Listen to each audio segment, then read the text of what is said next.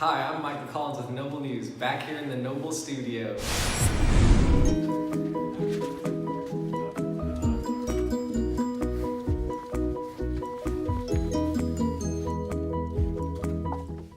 The Trump administration repealed the Clean Power Plan on October 9, 2017.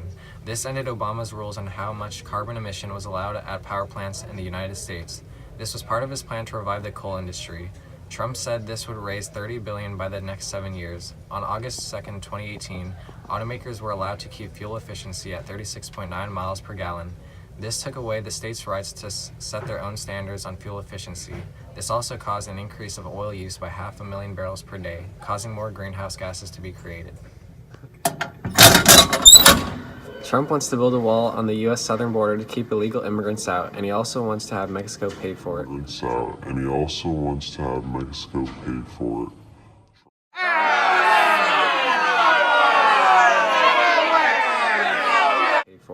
Trump says the cost of building a permanent border wall pales mightily in comparison to what American taxpayers spend every single year on dealing with the fallout of illegal immigration on their community schools and unemployment offices. Then he continues by saying, accept the recommendation of the Inspector General for Tax Administration and eliminating tax credit payments. He also says that he will end the abuse of welfare by illegal immigrants.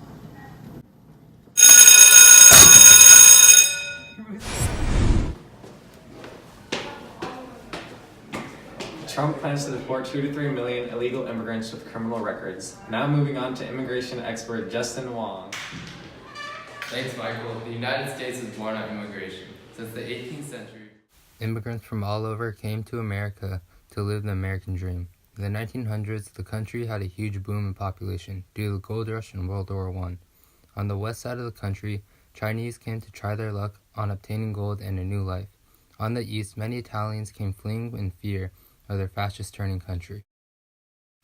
After World War I, Italy at the time was in a transition state.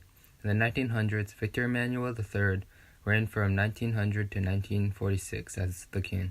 In 1922, a man named Benito Mussolini took the reins of power. Mussolini supported fascism and turned the country into a dictatorship and favored the northern Italians. Southern citizens of Italy and Sicily fled poverty, and over 3 million Italian immigrants came to America. To control the mass number of immigrants, on May 26, 1924, Calvin Coolidge's law on immigration passed, and the Immigration Act of 1924 limited entry of any alien who by virtue of race or nationality was ineligible for citizenship. While it excluded all Asian citizens from coming over and gaining citizenship, Italians also suffered. In 1924, more than 56,000 immigrants came from Italy. After the 1924 Immigration Act was passed, in 1925 the Italian immigration rate was reduced by about 89%, and just 6,200 Italians came to the States. Immigrants from Italy came through Ellis Island, a holding center for many processing immigrants. There they were tested for their physical flaws, but about 2% were not granted citizenship. Ellis Island saw more than 12 million immigrants pass through its gates, at a rate of 5,000 people a day. In recent times, the immigration rates have decreased to about 13.5% acceptance. Thank you, Justin. Right now, it's a critical time in politics around immigration. The country is divided on who should be able to enter this country and how. Trump at this moment is divided with his cabinet of whether to shut down a southern wall's funding or to go through with the plan to create a 55-feet wall at the border. This morning, we went around to find citizens' opinions on immigration. Sabella Pohl is with us right now.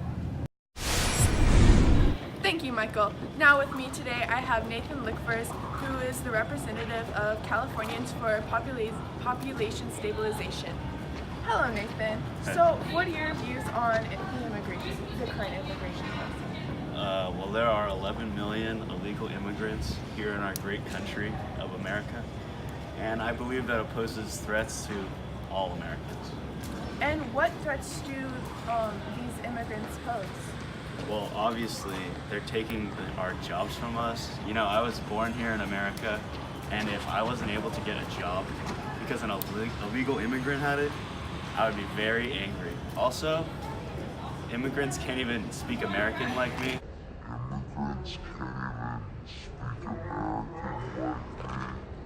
So that's obviously not okay.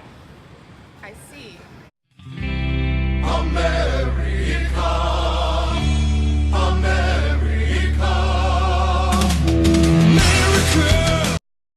And what are your thoughts on the Trump administration's current policies? I believe that it's a great idea. We gotta build a wall to keep those illegal immigrants out. I see. Thank you for your time, Mr. Lickfors. Now we move on to an interview with the relative of an Italian immigrant, Bella Ratto. And now we move on to an interview with the relative of an Italian immigrant, Bella Ratto. So Bella, why did your family leave Italy? My family left Italy because they faced many hardships and violence in Italy, and they came to America looking for labor so that they could make more money than they did in Italy. I see. And I was curious that if once they got to America, did they face any issues? Yeah, they faced a lot of hardships. They were treated as less equal and inferior. It was hard for them to learn how to speak English and find jobs, but many of them were able to succeed despite the discrimination. Okay, and my final question for you today is, what are your thoughts on Trump's current immigration policies? I do not agree with his outrageous policies because if they were put in place before the time that my family immigrated, I would not be here because they wouldn't be able to. I see, thank you. Now back to you, Michael. Thanks, Sabella. Just now, Trump has closed the southern border for the day and is forcing Congress to pay and start construction for his wall. At the border, migrants were tear gassed and forced to break up. Trump responded to the incident on Twitter saying, "Mexico should move the flag-waving migrants, many of whom are stone-cold criminals, back to their countries. Do it by plane, do it by bus, do it any way you want, but they are not coming into the USA. We will close the border permanently if need be. Congress, fund the wall." That's all for us today. Make sure you stay noble